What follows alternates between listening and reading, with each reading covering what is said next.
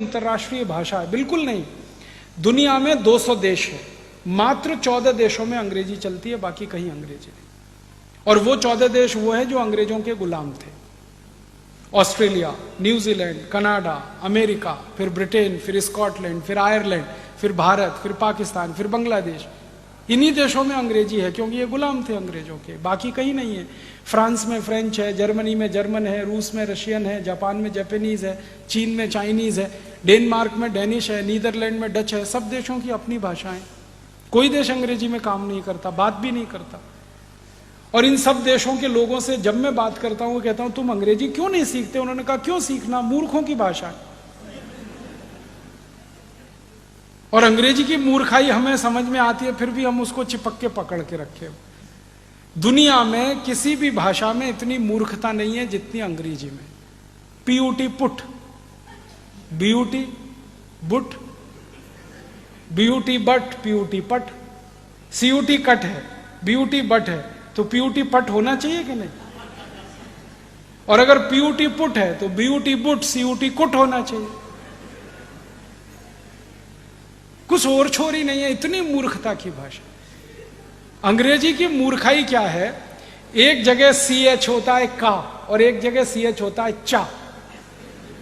अंग्रेजी का एक शब्द है केमिस्ट्री, CHEMISTRY, केमिस्ट्री, ठीक है?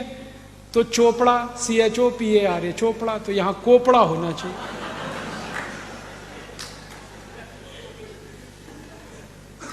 और अगर CHOPARA चोपड़ा है तो उधर केमिस्ट्री होना चाहिए, CHEMISTRY। और जब भी अंग्रेजी के लोगों से बात करो ये क्या चक्कर है, वो कहते पता नहीं, अब है तो हम कर रहे हैं। मूर्खों की भाषा ऐसी होती है। अंग्रेजी जो है ना, बहुत बहुत बहुत बहुत रद्दी भाषा है। इसके पास शब्द नहीं है अपने। 5वीं शताब्दी में तो ये भाषा बनी है। आपको मालूम है अंग्रेजी का इतिहास मुश्किल से 1000, 1200, 1500 साल पुराना। 5वीं शताब्दी के पहले तो अंग्रेजी ही नहीं थी। पूरे इंग्लैंड और स्कॉटलैंड और उसमें लैटिन चलती थी। अंग्रेजी उसमें से उधार लेके कुछ शब्दों से शुरू हुई। फ्रेंच से उधार लिया, जर्मन से लिया, लैटिन से लिया, इससे लिया, कुछ हिंदी से लिया, खिचड़ी बना दिया उन्होंने। शब्द नहीं है उनके पास। इतनी गरीब भाषा है ये, जो दुनिया में कहीं नहीं है। इनके पास ले दे के एक ही शब्द है, अंकल। काका, मामा, मौसा, फूफा, काका का काका, मामा का मामा, मौसा का मौसा, सब एक ही है, अंकल। शब्द ही नहीं है। और ले दे के एक शब्द है आंटी। काकी भी है, मामी भी है, मौसी भी है, सब आंटी। ये भारत में तो नहीं होता। हमारे यहां तो जितने भी रिश्ते हैं हर एक के लिए अलग शब्द है। इनके पास शब्द ही नहीं। और ऐसी मूर्खता के शब्द हैं समझ में नहीं आते। फादर इन लॉ, कौन सा? इधर वाला कौन सा father in? Mother in law कौन सी? इधर वाली की इधर वाली। मूर्खताओं की भाषा।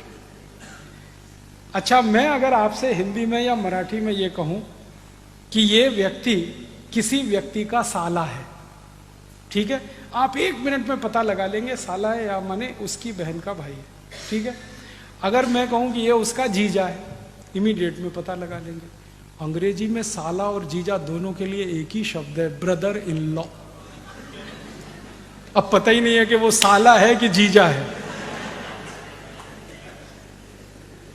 मूर्खों की भाषा की नहीं। अब ये मूर्खों की भाषा में हम फंसे हुए हैं और अपने को बहुत स्मार्ट समझते हैं। और ये मूर्खता पता है कहां तक जाती है? हम हिंदुस्तानी लोग अंग्रेजी के चक्कर में फंस के हमारा कचरा हो गया। ना हम अंग्रेज हो पाए, ना भारतीय रह पाए। आधे अंग्रेज आधे भारतीय। वो कैसे है? किसी के घर में जाओ तो पिताजी का नाम रामदयाल, माताजी का नाम गायत्री देवी, बेटे का नाम टिंकू। अब मैं पूछता हूं ये रामदयाल और गायत्री देवी का टिंकू कहां से आया? और जिन्होंने नाम रखा है ना टिंकू, उनको पूछता हूं आपको इसका अर्थ मालूम है? टिंकू अंग्रेजी की वेबस्टर डिक्शनरी में टिंकू का अर्थ है आवारा लड़का।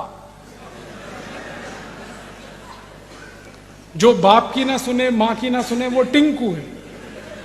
और यहां अच्छे खासे अपने बेटे को आप टिंकू बोल बोल के टिंकू बना रहे। क्या मूर्खता के नाम रखे, कैसे कैसे नाम रखते हैं। डब्लू, बबलू, पिंकू, टिंकू, बबली, डबली, ट्विंकल, डिंपल। क्या मूर्खता। कुछ नामों की कमी है अपने संस्कृत में, मराठी में, हिंदी में। क्यों आप ये फालतू अंग्रेजी नाम। और ऐसी मूर्खाई है इस देश में अंग्रेजी के नाम पे। कभी कभी कुछ घरों में मैं चला जाता हूं भोजन आदि करने के लिए, क्योंकि मैं भोजन होटल में नहीं करता, ठहरता भी होटल में नहीं, किसी के घर में ठहरता हूँ, खाता भी घर में ही हूँ, तो अक्सर घरों में जाता रहता हूँ, तो वहाँ अंग्रेजी की मूर्खाई दिखाई देती है। अभी थोड़े दिन पहले मैं किसी के घर में गया दिल्ली, तो उनके एक छोटे से बेटे को माता पिता ने मेरे सामने लाके खड़ा कर दिया, ये हमारा बेटा है। मैंने कहा ठीक है, बहुत अच्छा, ये बहुत होशियार है। मैंने कहा अच्छा, ये बहुत अच्छी कविताएं सुनाता। मैंने कहा अच्छा, सुनवाओ जरा। तो उन्होंने कहा बेटे पोइम सुनाओ अंकल को। मैंने कहा मैं अंकल तो नहीं हूँ। कहने लगे फिर क्या है। मैंने कहा काका बना लो, मामा बना लो, कुछ बना लो, अंकल तो नहीं हूँ। जो सुविधा है बना लो, मामा बना लो, काका बना लो, कुछ कर लो।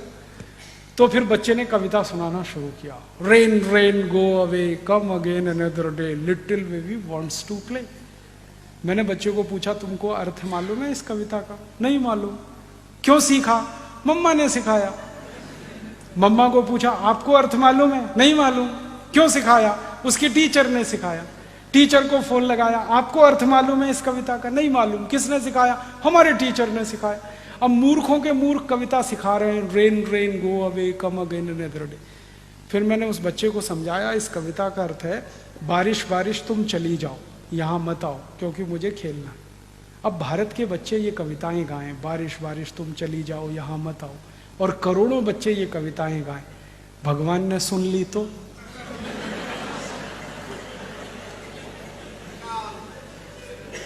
भगवान ने अगर कविता सुन ली तो बारिश को वापस बुला लेगा, यहां बारिश होगी नहीं।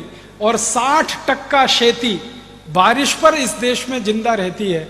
वहां अगर बारिश नहीं होगी, आप भूखे मरेंगे, मैं भूखा मरूंगा, शेतकरी भूखा मरेगा, तो भारत में इस कविता की गरज क्या, जरूरत क्या। ऐसे मूर्ख लोग अंग्रेजी में कविता से। फिर उसकी आई ने, बच्चे की आई ने कहा फिर कौन सी कविता सिखाऊं। तो मैंने कहा कविता सिखाओ, ये रे पाऊसा, तुला दे तो पैसा, पैसा झाला खोटा, पाऊस आला मोठा। ये कविता सिखाओ, क्योंकि ये कविता भारत की आत्मा है। आत्मा क्यों है। जिस देश में 60% खेती पाउस आधारित है, उस देश में पाउस को बुलाने की ही कविता हो सकती है, भगाने की कैसे हो सकती है। तो हमारे बच्चों को तो यही सिखाना चाहिए, बारिश बारिश तुम जल्दी आओ, बार बार आओ, मैं तुमको पैसा देना चाहता हूं इसलिए आओ। ये भारत की कविता है। अंग्रेजों की कविता रेन रेन गो अवे। कविता भी जो होती है ना, वो अपनी जरूरत, अपनी संस्कृति, अपनी सभ्यता, अपनी परंपरा से निकलती है। अंग्रेजों की संस्कृति, अंग्रेजों की सभ्यता, उनकी परंपरा हमसे बिल्कुल अलग है। इंग्लैंड में बारिश कभी भी आती है, यूरोप में बारिश कभी भी आती है। वहाँ के बच्चे शाम को बाहर खेल नहीं सकते, कभी भी मौसम खराब हो जाता है, इसलिए वो कविता गाते हैं रेन रेन गो अवे। हमारे यहाँ तो बारिश साल में सिर्फ 3 महीने आती है और उसका दिन फिक्स है, इस दिन से लेकर इस दिन तक। तो हम कैसे गा सकते हैं रेन रेन गो अवे।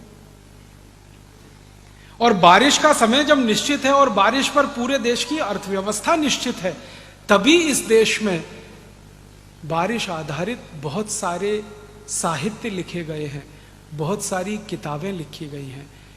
हमारे देश में महाकवि कालिदास ने जो मेघों का वर्णन किया है, और उसमें से जो उस उत्साह उत्पन्न होता है सुनकर, बोलकर, वो हमारी संस्कृति का हिस्सा है, क्योंकि जरूरत है हमारी। महाकवि कालिदास इंग्लैंड में नहीं हो सकते, जो मेघों का इतना सुंदर वर्णन कर सकते हैं, वो जरूरत है हमारी। तो हम तो हमारी जरूरत सभ्यता, संस्कृति, परंपरा में से लेंगे, अंग्रेजों की सभ्यता, संस्कृति, परंपरा से हमारी जरूरत पूरी नहीं। तो इस अंग्रेजियत को छोड़िए, आप भाषा को छोड़िए। अंग्रेजों को आपने छोड़ दिया, इस भाषा को क्यों पकड़ के रखा है। अपनी जिंदगी से निकालिए इसको।